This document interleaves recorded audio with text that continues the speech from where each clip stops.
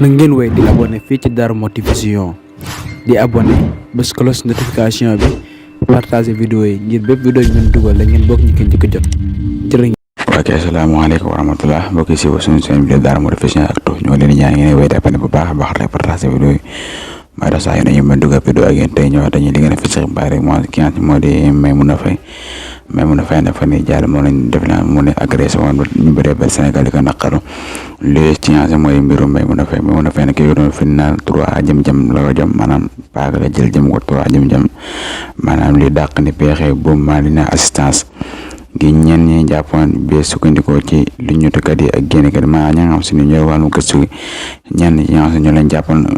ñu doon final moo di Maimouna Faye ñu doon agressé am nañu ci jàppoon waaye barana ki nga xam ne moo ko doon final sabarka bi ñiitali set TV ki final ko moo di Maimouna Faye nag moom paaka la ko jëm ñetti yoon lañ ko jëm ñenn mooy paaka laata muy jël saabu waaye ko doon agressé da koo jëm ñetti jëm laata muy jël li mooy di sikaari bi mooy saag bi Maimouna Faye yoroon daal di daw ak moom daal di yulli jël li ci nekkoon ba mu des kayitu jëm maanaam dafa jël lépp ba des carte ne mooy carte d'identité Maimouna Faye ci la ci bàyyi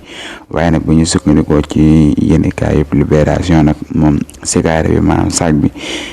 bi takk der yi gis nañu ko te ñoo ngi woyee lu ñu ko di maa ñaar si tak ñoo de policier ñëw daal dinañ for li nga xam ne saag bi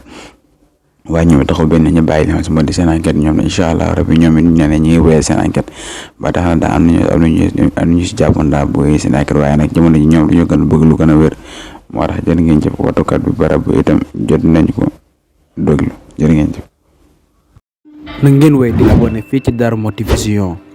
di abonné bés cloche notification bi partager vidéo yi ngir bépp vidéo ñu dugal la ngeen bokk ñu ko njëkk a jot jërë ngeen.